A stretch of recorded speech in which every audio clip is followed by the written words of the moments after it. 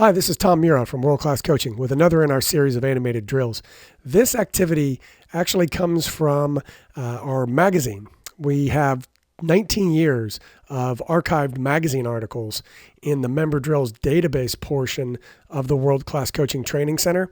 So if you have a membership to the training center, this is information that you can find in there. And it's from Vitesse, Arnhem, and they contributed some academy training sessions. And this was one of the activities. This is called the Dutch wine glass. It's not specific to Vitesse. It's something that you could find in any Dutch academy. You can find, it's often just labeled as the Dutch wine glass. And the way this setup works, and I've seen it a couple of different ways. I've seen it with just one line here in the middle where there's just one player here, one player there, and then the players spread out on either side. Personally, I like it with the double-sided because you can focus on doing it with one foot on this side, with the other foot on the other side. When the players return back to the start, as you'll see in a minute, then they can switch sides. So you're able to work both the right and the left foot with a good continuous flow activity. So the way this works, and I'm creating this in the Planet Training software that we use for our diagrams, and I'll have to adjust this line a little bit because there we've got a passing line that goes from the first player to the second, but we'll change that up here and make it a dotted line. And let's make it a little bit thicker. I don't like the thin ones. So we've got a line then that goes, a pass then that goes into this second player. Now, there's so many different patterns you can use here. The first one I'll show you is just a simple layoff, and we'll change that again, where the player lays it back to this player who is then following their pass to connect up to receive that layoff, and then we'll duplicate that line to make it a little bit faster and play the ball then in to the third player. Now, this is a very simple pattern. This is kind of the basic. If I'm first doing this activity with a group, I'll do it with in this way first, because then the player just dribbles back, and they'll dribble back to the start. I'll make that a little bit easier to see. We'll use a different tool here.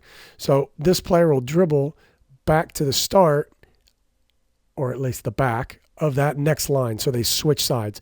So we have a ball that's played in, laid back, and then played through. This is, the old up, back, and through that you'll hear coaches talk about, laying the ball off, playing it in, and then this kind of recycles the activity where he dribbles back to the start. Now there's so many different patterns, as I mentioned, that you can do off of this. You can have the player open up directly and just play the ball into the path of that player. Very simple as well. You could have the ball laid off there and then have, I'll duplicate this line, have this player then check inside so that instead of this player dribbling directly back, then they'll play a pass that goes back in to the player who's shown for the ball. So it's been laid off, played through, and now we complete a give and go with this player before we complete the cycle with that dribble back to the start. So we want this player obviously to show in for this one as well. So we'll put that in. So they complete the give and go and then dribble back to the start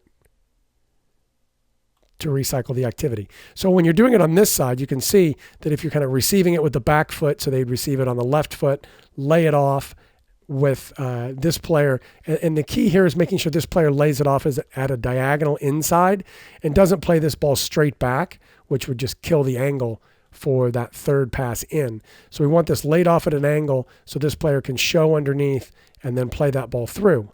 And now this player needs to show in at an angle for this player. So where they show is going to depend on where the player receives the ball and making sure that they're opening up to receive it and then able to make a good pass back for that give and go. So this is just one pattern. Another thing I like to do with this is to take a goal and you put the goal at the far end. I won't show it in detail now, but just for conversation purposes, we'll stick a goal far up here in the distance. And you could have this pattern be completed, much further down here away from the goal. But then you would have this player perhaps lay it back to this player who runs through and takes a shot. So you can do so much with this in terms of working on technical passing, but you're also working on pattern play. You're also training the players to lay the ball off for another player, play a ball through. You're working on give and goes here. You can work on turning, so you could have this player simply turn and play the ball in there. And so there's just a lot you can do and different things that you can layer in to make it more complex and more challenging for the players. You can even finish this by, after this give and go, you could have this player then come outside and play a one-on-one with this player. So that would be another way of adding a goal, is that we could take this away and this player then checks outside. I shouldn't say checks, but just moves outside to get in the path of this player who's dribbling. And now this is a 1v1 with a goal that's down here instead of at the far end. So we'll just find a good goal that works. I think that'll work. Way too big, obviously, but you get the idea. So it would be a 1v1 here, and you can put a goalkeeper in to work. And so now players got to beat them, take a shot on goal to finish it off. And you'd have two of those, so you'd have a goal at each end.